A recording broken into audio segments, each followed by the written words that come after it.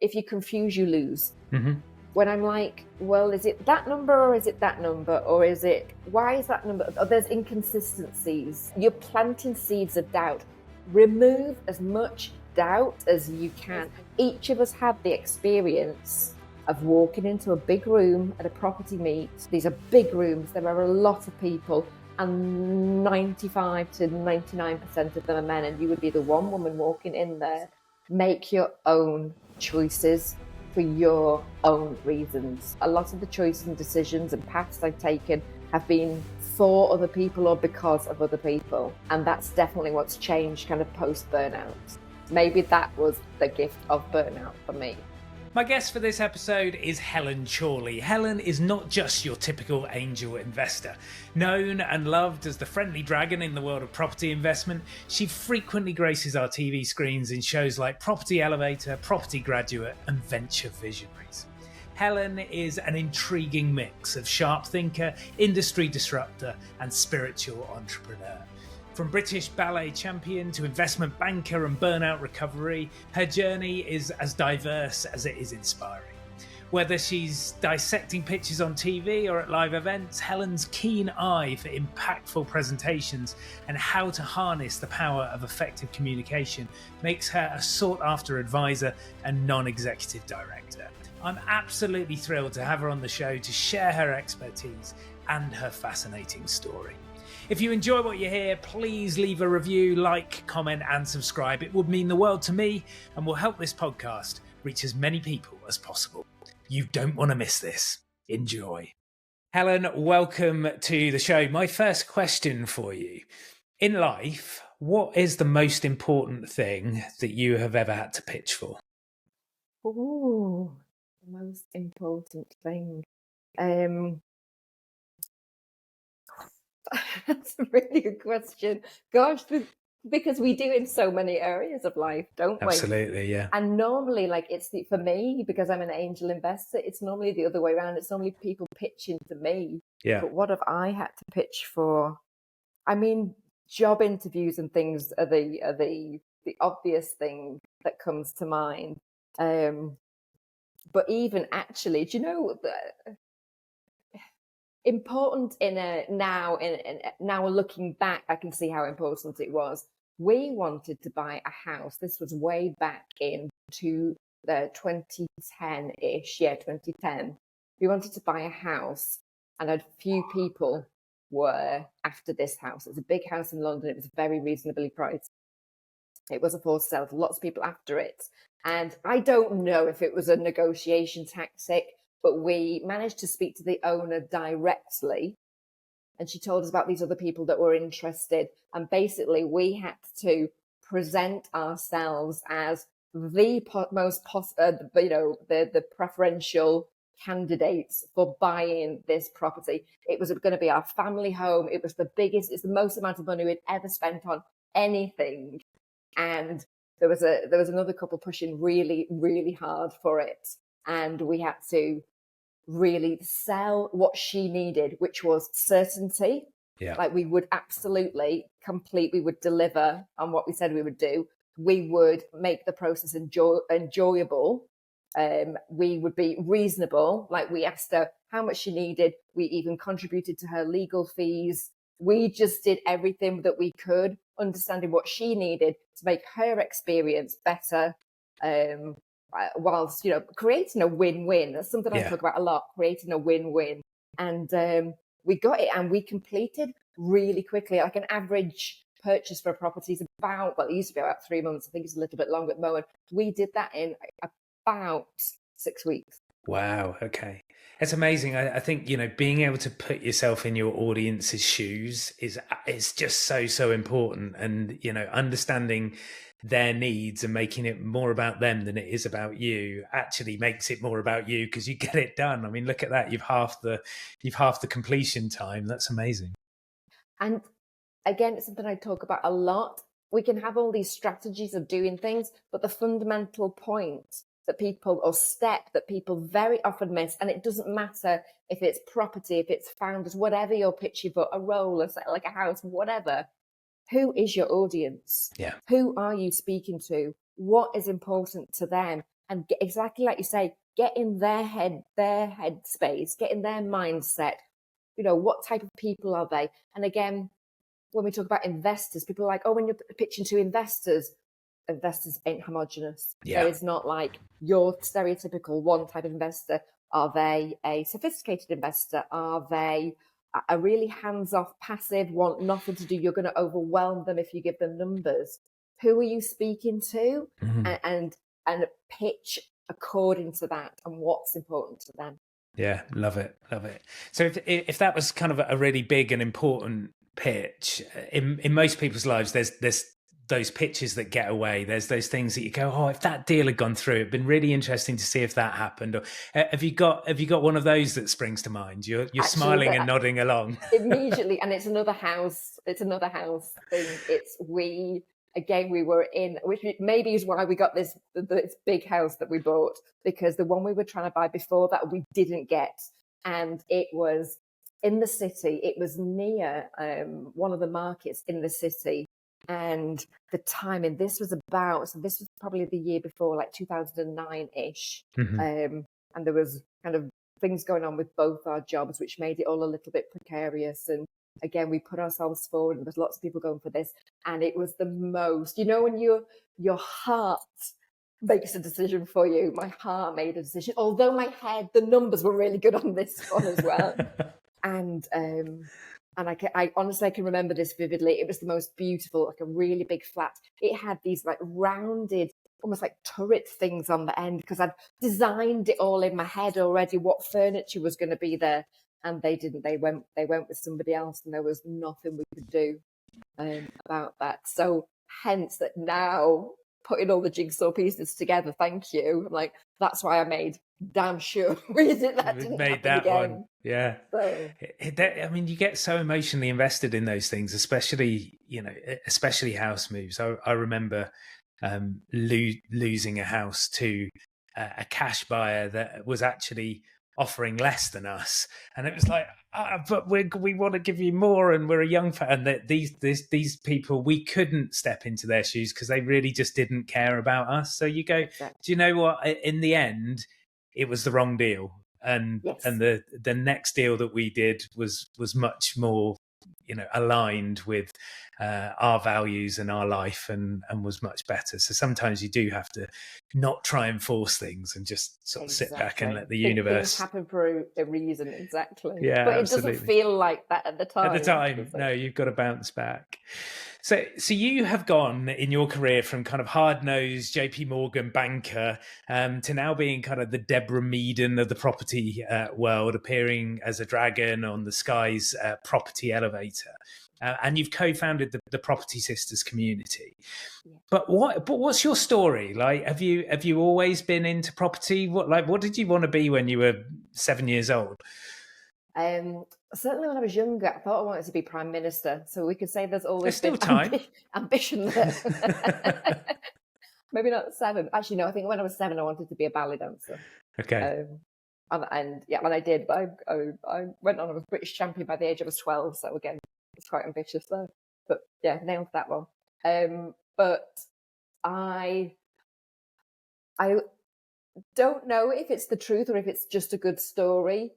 Well, it is the truth, but my granddad hand built me a doll's house that was a bungalow, because I grew up in a bungalow. From the age of 2, I lived in a bungalow, and that's not something you could buy easily in the 70s, a bungalow doll's house. So he hand built that for me, and I don't know if it was that or I don't know. It makes a nice story anyway. But I've just always been fascinated with property in terms of the numbers and looking at value as a form of investment. I like the aesthetics. I like that when you're doing something, it's something tangible. You can see that you've changed it, you built it. We build things. There was nothing there in a field before, and then we built something preferably beautiful as well as functional and giving a home to somebody.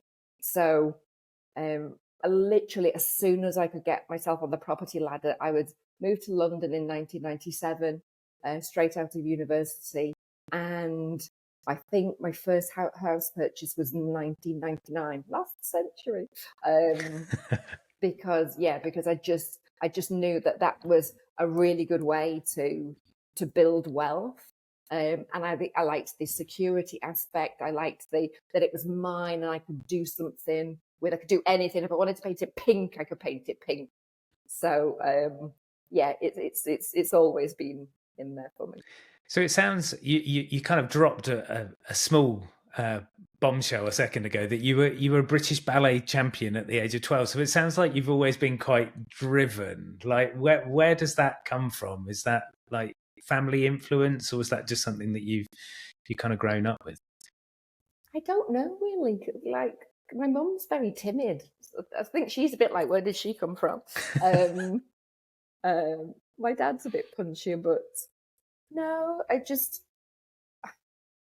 honestly, I don't know. I loved dance. My parents were quite pushy academically, so I went to Oxford, and then kind of went into banking. So they were pushy on that front, but the dance was somewhere where I could just be me. I could express myself. I did go to a very good dance school, local dance school that just happened to be very, very good. Sent people to the Royal Ballet and all sorts, like an amazing standard of teaching. And I just loved being on stage. So I guess, even ended up like doing the TV stuff, which was never how I set out, what I set out to do. That came from the banking and the investing and ended up on TV, but just makes me very comfortable on stage because I spent most of my childhood at competitions every weekend on stage. So. So my wife trained as a ballet dancer with the Royal Scottish Ballet, and then went on to perform in the West End. And there's a discipline that dancers have that, as an actor, I mean, you had discipline, but nothing like the level of discipline of a dancer. So what did that early experience teach you that you've kind of taken into the subsequent changes in your career? University, banking, property. Do you think there's a thread there?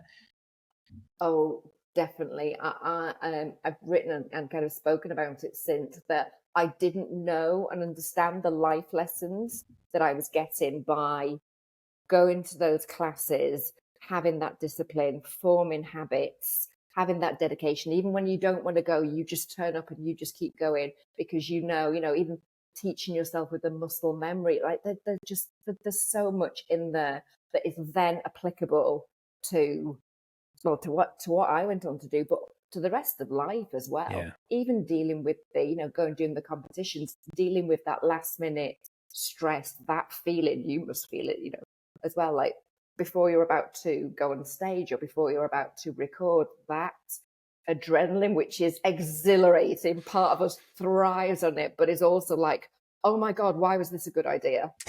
Like I worked on a trading floor for 11 years. Like that's as minute, and this was before all the electronic trading and everything, how it's done now. This was when we still stood up and we had 2 phone calls and we're talking to a trader, and you've got a client on the phone and you listen to what everybody else is doing.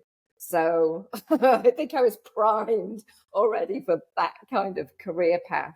So it was absolutely beautiful preparation for that career path. Yeah. And so when you went to university, what did you study? Politics, philosophy, and economics. Oh wow, at Oxford. That's competitive. Actually, I didn't know that at the time. I'm just from a comprehensive background. I'm like just normal working class northern girl. But I'd done economics at A level. I am geek. I did maths, economics, French. So I'm numbersy, geeky anyway. And I'd loved economics. I loved how there was these models of the world that were how things work. They explained prices. They explained supply and demand. They explained how things, the property market or the price of a Mars bar. Why is it that price? Why does it change? Why does the price of houses change? I loved all that. So I was looking for something with economics for sure. And Oxford, you do the philosophy and the politics with it. And actually, that's very me too, just a much more rounded, rather than, I need lots of kind of interests. And that I really actually enjoyed the politics because it was kind of historical, looking back at kind of international relations or modern British politics and studying different prime ministers' styles and policies. And the philosophy added this whole different dimension, which I have to admit, as an 18-year-old, it was beyond me. I was like, what's the meaning of life, or why are we here? I'm like, what do you mean why we're here? Like, I couldn't get my head around those big questions then. Now, every Wednesday, I'm in Valletta at a philosophy class. I love it. This is the type of thing I read for fun now. And again, maybe that primed me for later in life. But at the time, I was like, oh, I don't understand this. Apart from, we did a philosophy of mind course, which was almost kind of like psychology. And I loved that because I loved understanding how the mind works, human behavior, what makes people tick, why we do what we do. So there was just lots of aspects to that course, and that really flowed. Yeah, and sowing those seeds of future interests, but, sowing the seeds of potentially, a career in politics, because there's plenty of people that have graduated from that course who've gone on to hold very senior positions. True. Yeah, loads of MPs and prime ministers, and yeah. So you leave Oxford and you go into the world of banking, and as you described, that's a kind of very dynamic, quite kind of stressful environment. What made you get out of that and start your own kind of entrepreneurial journey? My body decided for me. It wasn't a conscious, planned choice at all. After 11 years of working at kind of that level of stress, my adrenals decided, we've had enough of this. Okay. So I started experiencing fatigue, which just gradually got worse and worse. It got to the point where I was sleeping 20 hours a day at weekends. Wow.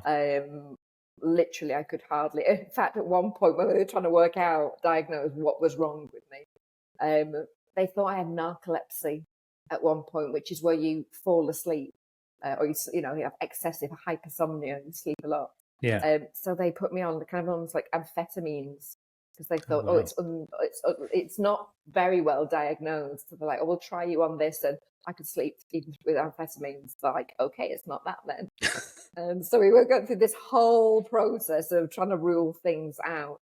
And in the end, which was really interesting timing, 2008, it was March, I remember vividly, I said, like, I'll take a month off, I'll sort myself out, and then I'll come back. And when I slept, basically hardly got out of bed for 2 weeks, didn't leave the house for 2 weeks, I realised, a month isn't going to sort this. So it was beautiful timing because the banking sector was a bit iffy and had been a bit iffy for a while then. JP Morgan were making redundancies, and I just put my hand up and I'm like, it's time for me to concentrate on me and chill out for a bit. Sorry to interrupt, but before we continue with the episode, I've got a favour to ask. I'm on a mission to get this podcast in the hands of as many people as possible. So if you found what you've heard so far valuable, please, please, please like, comment, rate and subscribe. These things make a huge difference to our reach. And if you're open to it, if you happen to know just one person, someone who, just like you, would benefit from listening to these conversations, then please share the podcast with them. Let's get on with it. I mean, I'm sure many people listening to the podcast can relate to feelings of kind of stress and overwhelm. That seems like an extreme version that you were experiencing. How would you suggest people look for those warning signs? If they are feeling that they're overstimulated, that they can't cope with what's going on.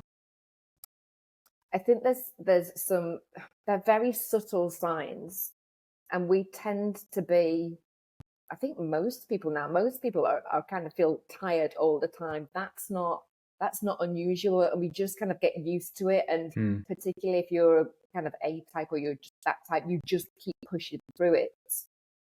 There's more awareness around these things now, which is great, and try and stop yourself. The most obvious thing, which actually somebody recently pointed out to me, and it was literally like a light bulb went off in my head. You lose your sense of humor. Life gets very serious. You're very tired. So things that you found funny before, there's no, I think you lose a little bit of joy in life. You're too tired to be amused. Or I definitely, and I can say it like hands up, became a or I wasn't as nice a person as I normally am. It was just too much effort to be polite, to think about other people. I concentrate on keeping myself awake, to be honest. And that took all my efforts. And I honestly probably wasn't a very nice person to be around for a lot of that time, and losing my sense of humor, which nowadays, like, laughter is literally is my coping skill. Like, anything that happens, honestly, no matter how bad, there's been some bad things, I'm just like, oh, well, that was interesting, wasn't it? And laugh it off and like, yeah, okay, next. So for me to lose that fundamental part of me, but I didn't know I had done. Yeah, that's interesting. And I think often actually it takes somebody else from the outside to say to you, and actually two friends of mine who I still thank to this day, almost like intervened with being like, you're going to kill yourself. Like, take a step back, take some time off, look after like you. So I very much promote that, because sometimes we just don't want to see it ourselves. We're not ready to see it. It's admitting to ourselves, or we can tell ourselves it's weakness. Just get on with it. Everybody else is coping. Nobody else is struggling. So if you see somebody who is, don't tell them they're struggling, because that's never going to be a great message. No one's ever going to be receptive to that. Yeah. But again, put yourself in their position. How could you phrase it? What could you do to appeal to them to be receptive to that message of they just might need some help? And how did you kind of build yourself back up? And probably two parts to this question. How did you build yourself back up? And then how have you avoided allowing that to happen again? Because you mentioned that kind of A-type personality. It's very clear that you're driven. You've got a lot of projects going on. You're juggling lots of balls, but you do seem to be having fun with it. And there is a sense of laughter and a sense of joy. So what are you doing differently this time round that you weren't doing the first time round? Well, then I now honestly, truly am grateful. I see it as a blessing, because it set me off on a path that I wouldn't have taken otherwise. It opened me up to kind of really looking and understanding kind of nutrition and health, alternative therapies. I have tried, you name it, I've tried it on alternative therapies. Like, we started out with the acupuncture or, homeopathy. And I've gone there. EMDR, honestly, you name it, I've tried it. I was so desperate. And I had a redundancy package, so I could indulge and let's just try something. Let's just find something that works. In terms of what I do differently now, I have to tell you, it's not, I wish it had been a straight line.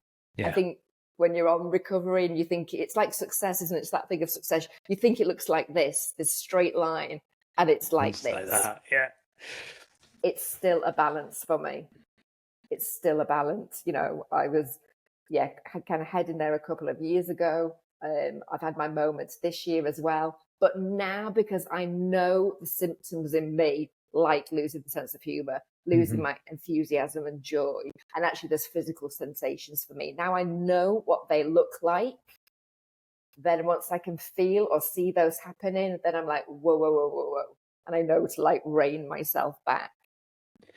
And when you say rein yourself back, what does that look like? Because I know that people, if someone's listening to this podcast, it's because they are a high performer, because they're interested in learning from amazing people about what they've done in their lives. So how most of us have endless to-do lists and 4,000 projects that we want to complete.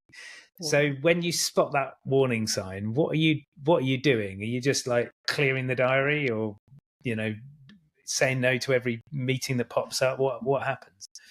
It's the no word. It's the N word, the no word. It's like, I don't care how much you want to do this, how easy it would be, how like tick the box and just do this.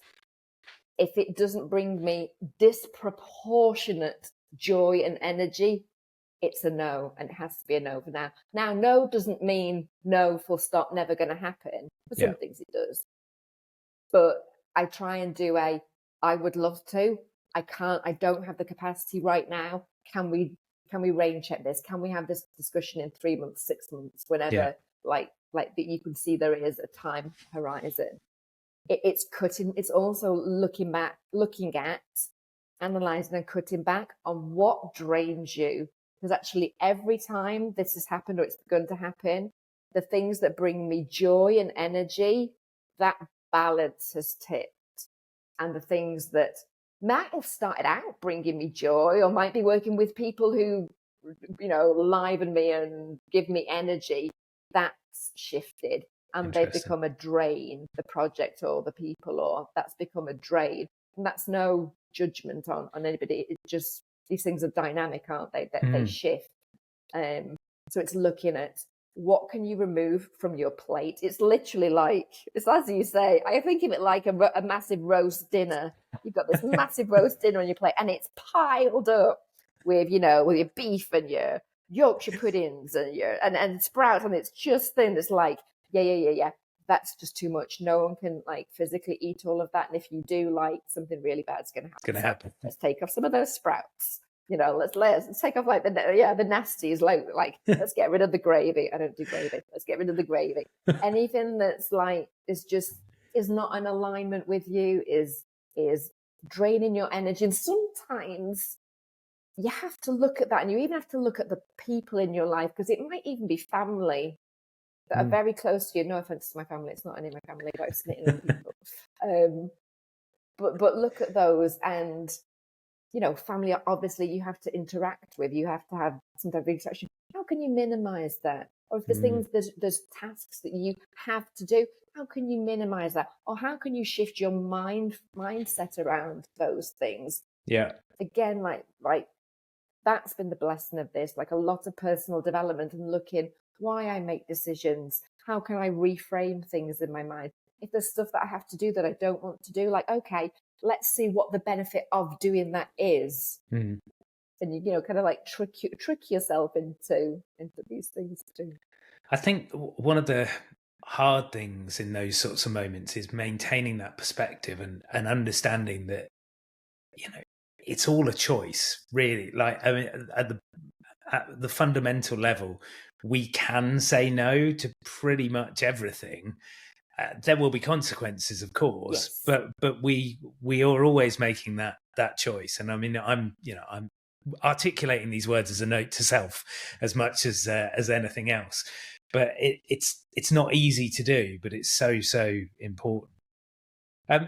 So let's look a little bit, or talk a little bit about the kind of pitching aspect of your work, because essentially, from my perspective, I think you get pitched at for a living. Is that basically that? Yes. Basically how it works. So you must be on the receiving end of a lot of ideas, a lot of enthusiasm, and a lot of dross as well. So how, in your opinion, how if people are pitching an idea, whether that's pitching an idea to their boss or to an angel investor, or pitching for investment, like what are the ingredients of a great pitch? What should people be thinking about? Well, I mean, we've touched on the starting point, and the starting point isn't the content. It's not the product. It's not the project. It's not that. It's who are you speaking to? Mm-hmm. And literally, that's where you lose. Or it's where, definitely for me, and I think it's pretty generally applicable. If people are going to pitch something to me and they don't know who I am, what I invest in, like the type of things I like don't like. For me, I like numbers. I'm always going to like numbers, and that's just the way I am. There's no numbers in it. You've lost me. Yeah, you've absolutely lost me, and I don't even know what your project is yet. So I can't stress how fundamental that step is. It really is. You could have the best thing in the world. Again, I've talked about this. You can have the best project. You can tell me you're going to double my numbers in a week if that was possible. But if you haven't demonstrated an understanding, and if we haven't established rapport, again, it's something you're more than familiar with. Rapport and understanding and that trust, and actually knowing that I can work with you, then you've fallen at the first hurdle. Have you got examples of where people have really brilliantly and quickly built rapport with you? Like what have people done in the first minute or two to my mind immediately went through a whole host of examples of where people have done it really badly. But go for it. Let's talk about that. What's the turn off? What doesn't work? We won't name names, but no names. But there's multiple examples, to be honest, on the show when we were recording Elevator. And I'm very into, I don't talk about it that much, but really into energy and the vibe. And I think we all are on some level, whether we know we are or not. And I'm quite a good reader of energy or feeling that. And somebody walked into the room, and it wasn't a judgment of look. Like, there was just a very kind of ordinary looking chap. And that's the one example I think of again and again. And I'm like, I don't know what your project is, but he must have done something funny with his body language, because there was something that I'm like, I can't work with you. And I just knew before he started, God bless him, I couldn't work with him. And then once he opened, and actually it was a very decent project, but everything that he said reinforced that. And maybe I was looking for it. Maybe I'd already made up my mind. But everything he said, like his people skills weren't great. Yeah. And there was just lots of things that I looked to tick boxes and like, oh, you've not got that. Oh, you've missed that. I think he spoke over somebody, or he didn't answer a question as well. There was lots of things I'm like, oh. But I knew that just from him walking in the room. And I thought, I don't know what the project is, but you're not somebody I can have a working relationship with day in, day out. And it goes back exactly to what we've just talked about, Dominic, that is that you're going to drain my energy. Yeah. And I just don't have capacity for that anymore. It's interesting, isn't it? Because potentially he might have been a really good fit for someone else as well. Oh, totally. And that's what I find fascinating. When I was working as a theatre director, you'd run auditions, and people have got the same script. You're casting them because generally they're the same sort of height. They've got the same sort of hair color. You've got a kind of visual thing of what you want the character to be. But there would just be certain people that walked into the room and you'd lean in, and other people that walk into the room and you kind of go, yeah, just not kind of feeling it today. And that's not necessarily a reflection on the performance. It's just a match. It's absolutely spot on. It's no reflection on them. If anything, it's a reflection on you and where you are and how open or not you are being. But also, like, we don't like everybody, and we don't have to like everybody, and there's nothing bad with that. But you just make your own and their life easier when it is that natural fit. And that's, again, I think that's just an energetic thing. Yeah. And I really, really trust my gut. There's been other examples, people where there's just been something I can't quite put my finger on. And then later on, you find out things and you're like, oh, good, you were spot on about that. That was a good swerve. Good call. So let's imagine that we get the kind of energy right, and there's a good fit. You still can't say yes to everyone. There's not enough, money in the pot, as it were. So presumably the next part of the equation is the kind of narrative and the story, if you like, that you tell. So what are you looking for in that narrative, and what are the kind of principles of kind of storytelling or pitch creation that really speak to you as an investor? Storytelling is so important, and it's something everybody can do, and they don't necessarily realize they do. And it just makes it a lot easier, and it increases your chances of getting investment or a win or that project or a job, whatever, if you can put a story around it. And it doesn't need to be elaborate, and I would absolutely stick to the truth, but that is an absolutely fundamental skill, I think, in life, full stop, to master. The main thing for me, and what I see a lot of people make a mistake around, is we do it as speakers, don't we? You try and cram everything in. You've got so much to say. You're so passionate about these things, and you're like, bah, bah, bah, bah, bah, bah, bah, bah, bah, you know, machine gun in data, and you're like, whoa. You know, I look at, I know, let's call it 20 pitches packs a week. Wow. Yeah, I've cut it down because that's not many. It used to be a lot more than that. So I'm already kind of overwhelmed with data, and I can go through it and I can pick out the things quite quickly because I'm used to it. But if that data isn't clear and concise and the main points pop out, you've made my life harder already. Yeah. So I'm already on the back foot. So there's two things here, actually. So clarity is one of them. Be very clear on your main points. Even as a professional and doing this day in, day out, I still only have a certain capacity for information and data, and I am a data geek, so I can take a lot more than most people can. Yeah.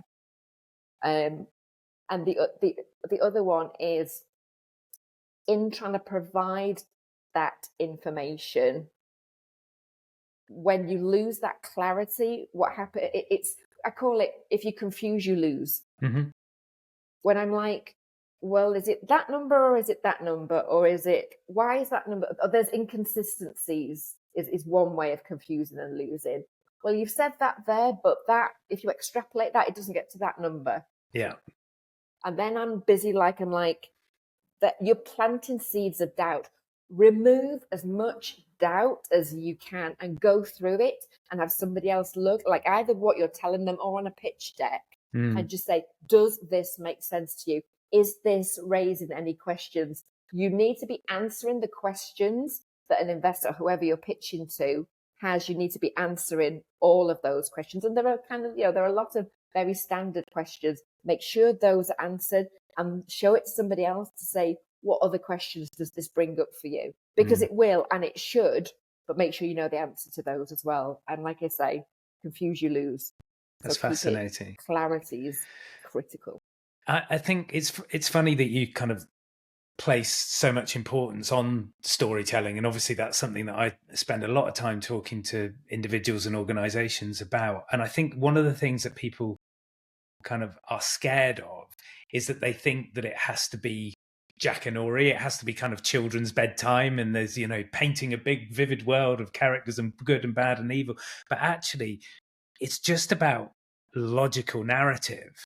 I think the easiest way to kind of think about it is like, it's like those blockbuster movies. If you go and watch, I don't know, Top Gun or Top Gun Maverick, something that you can sit down with a bucket of popcorn and just sort of enjoy and allow it to wash over you, rather than those kind of interesting but more difficult art house movies, Coen Brothers and those sorts of things, where you come out and your brain is really hurt by the end of it, and like, that's fine, but that's not what we're looking for in a pitch. We just want to kind of sit back and enjoy it. Exactly. Keep it simple. Yeah.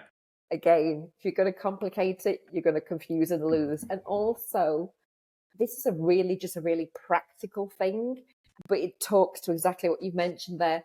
What time of day are you pitching? Are you having this conversation? Because at the beginning of the day, I've probably got more headspace and attention, particularly if I've had a few coffees already, to be able to maybe deal with something a little bit more intriguing, or, if you want to put a twist in the story or throw something in there, like, the end of the day, honestly. Yeah. I'm already thinking about, like, how soon can I get to that gin and tonic? Keep it really, really, really simple. Yeah. Like, if I'm going to be like, I'm sorry, like, what happened there? You were here, and then that happened, and what happened in between? Like, if you're going to set doubts, again, it comes back to the doubts. If you're going to set doubts and questions, then I'm going to have gone off on those tangents as well as the gin and tonic, and be like, it's messy. Yeah, but again, it all still comes back to who are you talking to? Yeah. Meet them where they are at. Put yourself in their shoes and realize that to you this is, you know, super exciting, and to them it's 4:30 on a Friday afternoon. And See, and if you're at a pitch like event, you might be the seventh person that they've yeah, seen, yeah, and they might just be like, again, I talk about actually this a lot in terms of like feminine and masculine leadership. Like, where are they on that spectrum too? Because a man, and certainly when I'm in work mode, I'm in a more masculine energy, and I just want you to get to the point. Just get to the point. What's the data? What's the bottom line? Get to the point.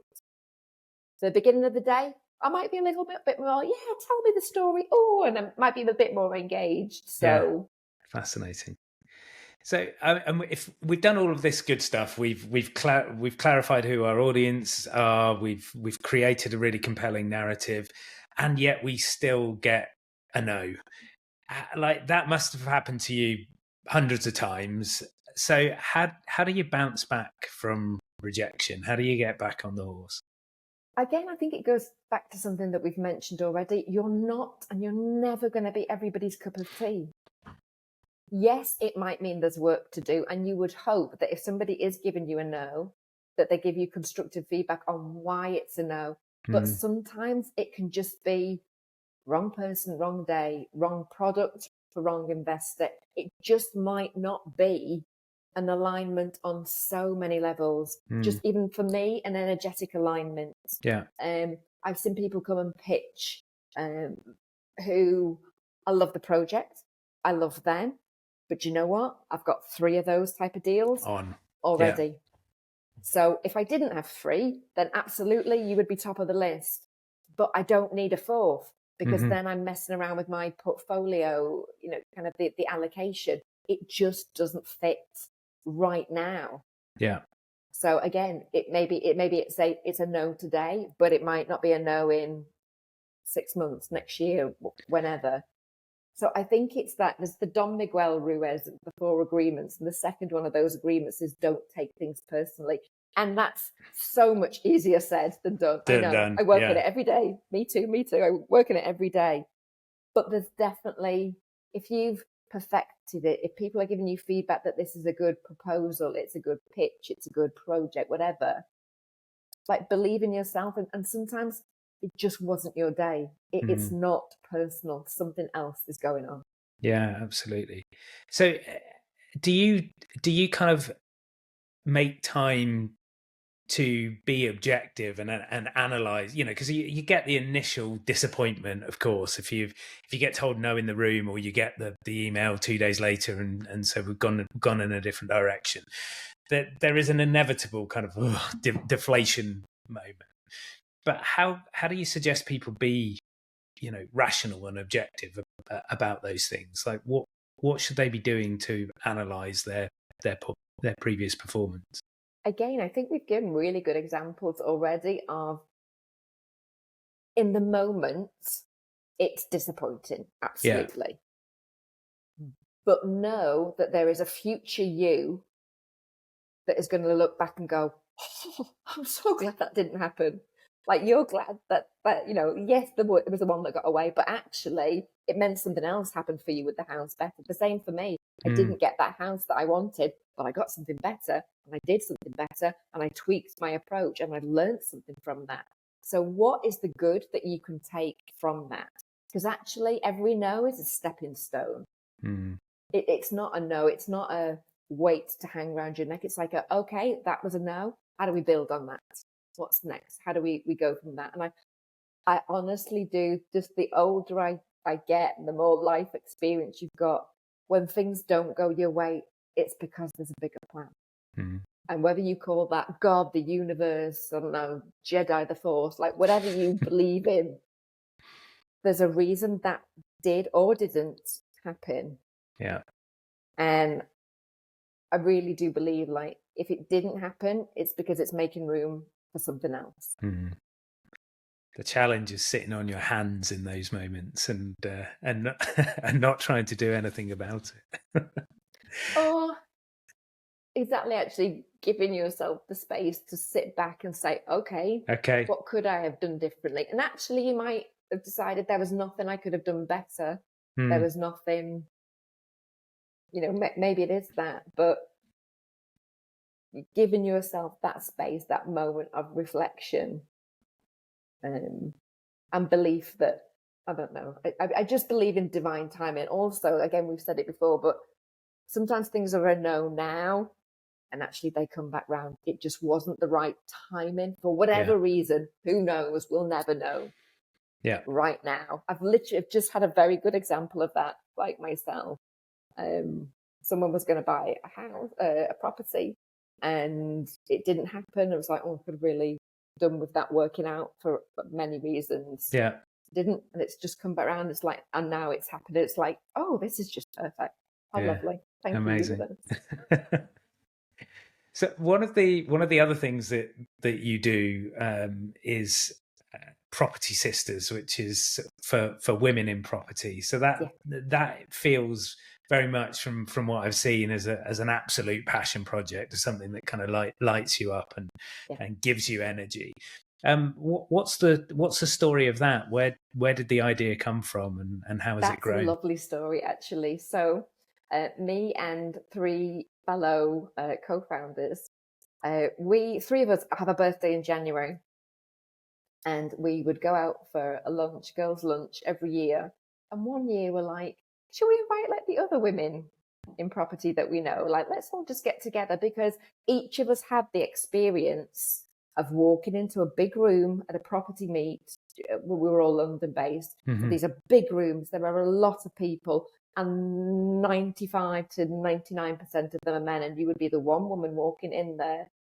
And I worked on a trading floor. I was one of 4 women on a trading floor. If I am intimidated, God help everybody else. Like, this is my bread and butter. This is what I know. This is my comfort zone. And I was like, whoa. And that lunch, I remember it was over in Westbourne Grove in London, and we just reached out to a few people, and they reached out to a few people, and there ended up being like 25 of us at this lunch.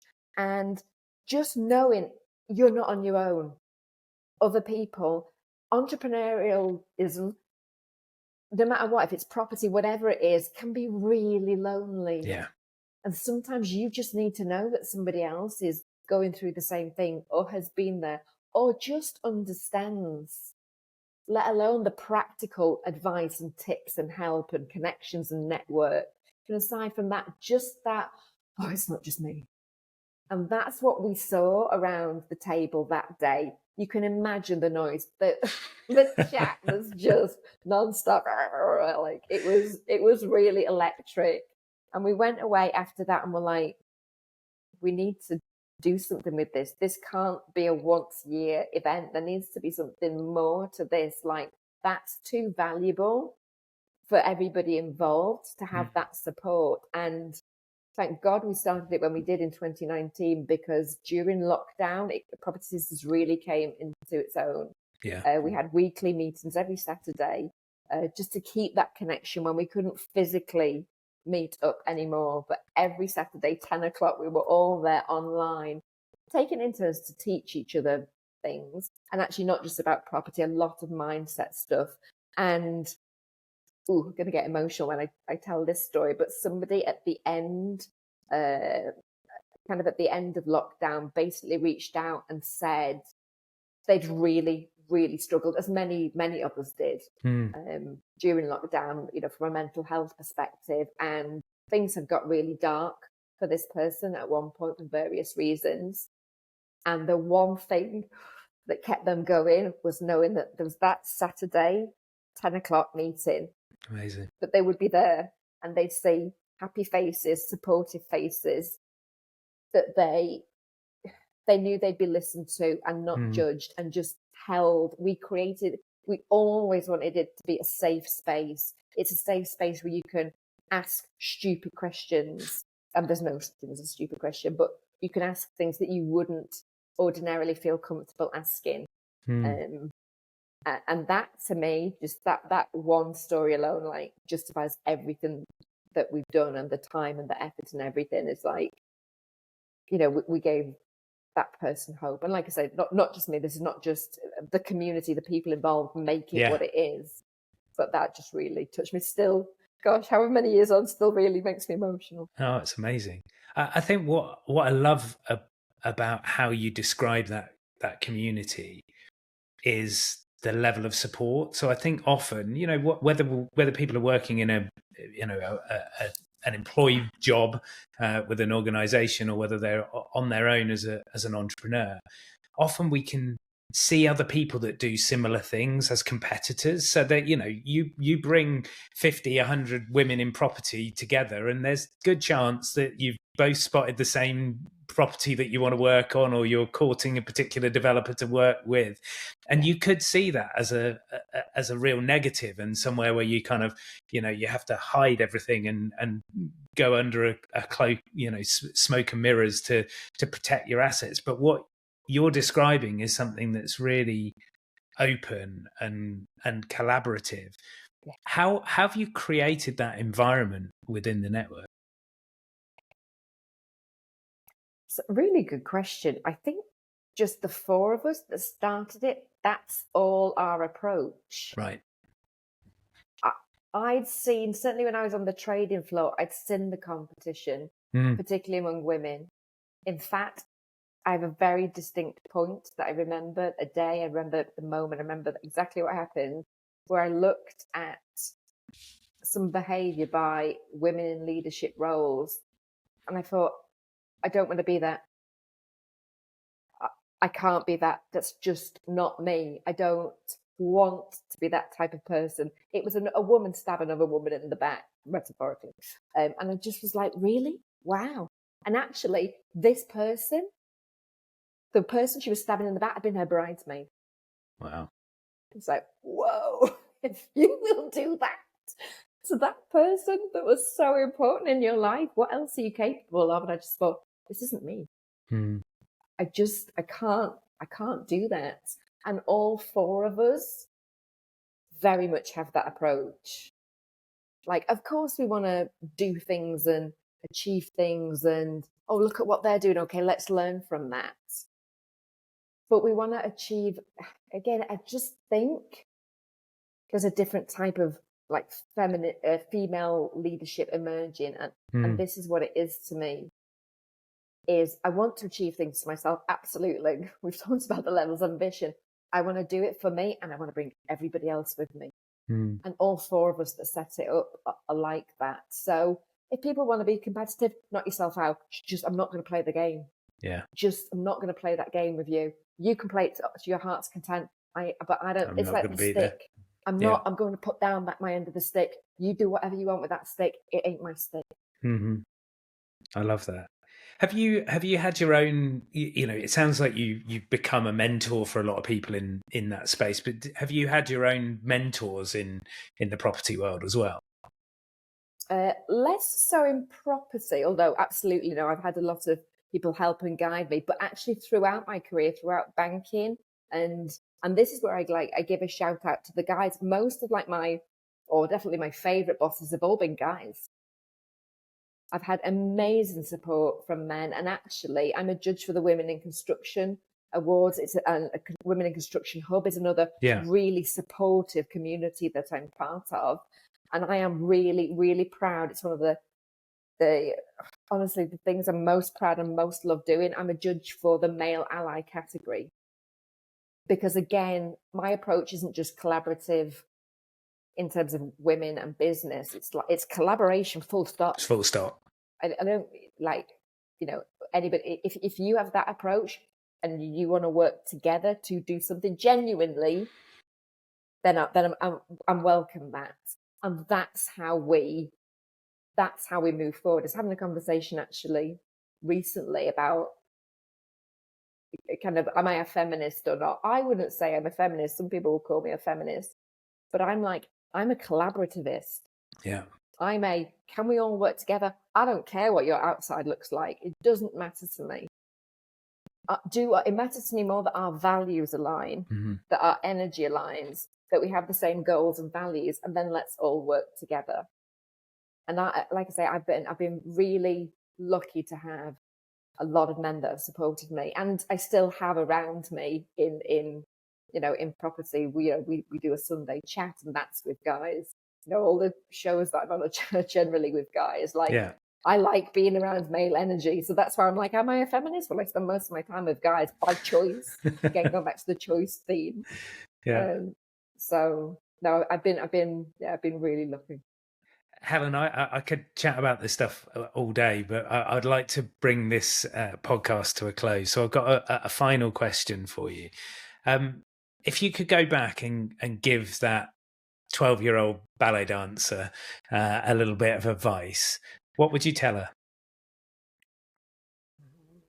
Ooh, that's giving me goosebumps. I think I would tell her to, again, it's the choice thing. Interesting that we've been talking about this. Make your own choices for your own reasons.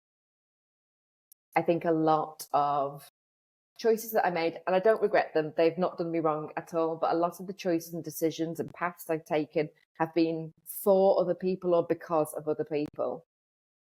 And that's definitely what's changed kind of post burnout.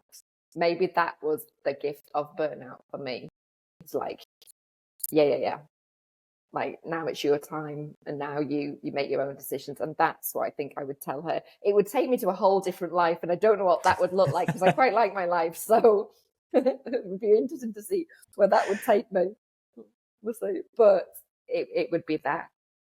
Know yourself, understand what you want, and make choices from there rather than to keep everybody else.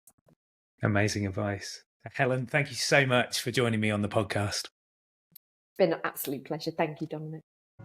Thanks for listening to the Why Life's a Pitch podcast. If you'd like to improve the way you pitch and communicate, I'm giving away a special gift to all my listeners. We've developed the Pitching with Impact scorecard to help you benchmark your pitch performance in 6 key areas. It will take you less than 5 minutes to complete, and you'll receive a detailed, personalised report packed full of insights and ideas to help you improve and grow. Just head over to dominiccolenso.com/scorecard to get started.